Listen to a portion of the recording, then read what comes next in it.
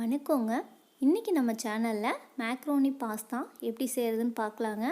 நம்ம வீட்டில் இருக்க இன்க்ரீடியன்ஸை வச்சு 5 to 10 மினிட்ஸில் இதை வந்து ரெடி பண்ணிடலாம். டேஸ்ட்டும் வந்து ரொம்பவே சூப்பராக இருக்குங்க. ஒரு பாத்திரம் எடுத்துக்கலாங்க.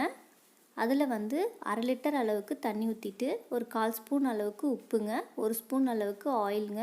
நல்லா தண்ணி சூடான வேட்டி நான் வந்து 150 கிராம் வந்து மேக்ரோனி எடுத்திருக்கேன். ஸோ அதை வந்து போட்டு ஹை ஃப்ளேமில் நல்லா ஒரு 5 நிமிஷம் வந்து பாயில் பண்ணிக்கலாங்க. ஒரு 5 மினிட்ஸில் வந்து இது சீக்கிரம் வெந்துருங்க. ஸோ ஒரு தடவை 5 மினிட்ஸ் கழித்து அனல் வந்து சிம் பண்ணிவிட்டு செக் பண்ணிக்கலாங்க. ஸோ பாருங்கள், நல்லா வெந்துருச்சு. இப்போ வந்து அடுப்பை ஆஃப் பண்ணிவிட்டு அந்த தண்ணியை ஃபுல்லாக வடிச்சிடலாங்க. ஸோ தண்ணி வடித்ததுக்கப்புறமா நார்மல் வாட்டர் வந்து ஒரு தடவை இது மேலே நல்லா ஊற்றிடலாம். ஸோ இப்போ இந்த தண்ணி ஃபுல்லாக நல்லா வடிச்சிட்டு வேற ஒரு பாத்திரத்தில் மாற்றிக்கலாங்க. ஸோ இப்போ வந்து 1 ஸ்பூன் அளவுக்கு ஆயில் ஊற்றி நல்லா வந்து மிக்ஸ் பண்ணி விட்டுறலாம். அப்போ தான் ஆரணை வெட்டி ஒன்றோட ஒன்று ஒட்டாமல் இருக்குங்க.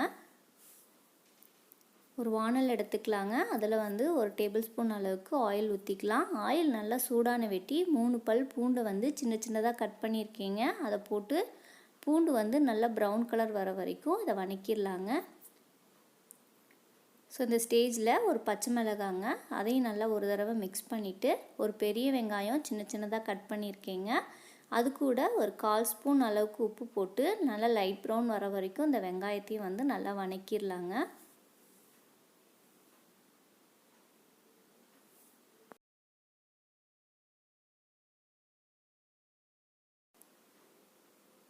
வெங்காயம் நல்லா வதங்கிருச்சுங்க. இப்போ வந்து ஒரு குடமிளகா மீடியம் சைஸாக கட் பண்ணி 2 நிமிஷம் வந்து நல்லா வதக்கிக்கலாங்க.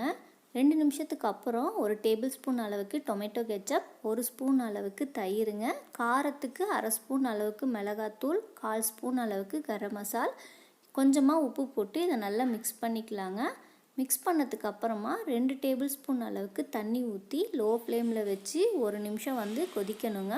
ஸோ அது வரைக்கும் வெயிட் பண்ணிவிட்டு அதுக்கப்புறமா வந்து நம்ம அந்த வேக வச்ச மேக்ரோனி போட்டு நல்லா மிக்ஸ் பண்ணி விட்டுட்டு அந்த மசால் ஃபுல்லாக நல்லா மிக்ஸ் ஆகிற மாதிரி கலக்கி விட்டுட்டு லாஸ்ட்டாக மல்லித்தலை போட்டு இறக்குனீங்கன்னா ரொம்பவே சூப்பராக இருக்குங்க.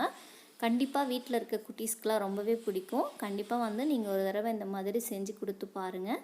டேஸ்ட் வந்து ரொம்பவே நல்லாயிருக்கும்.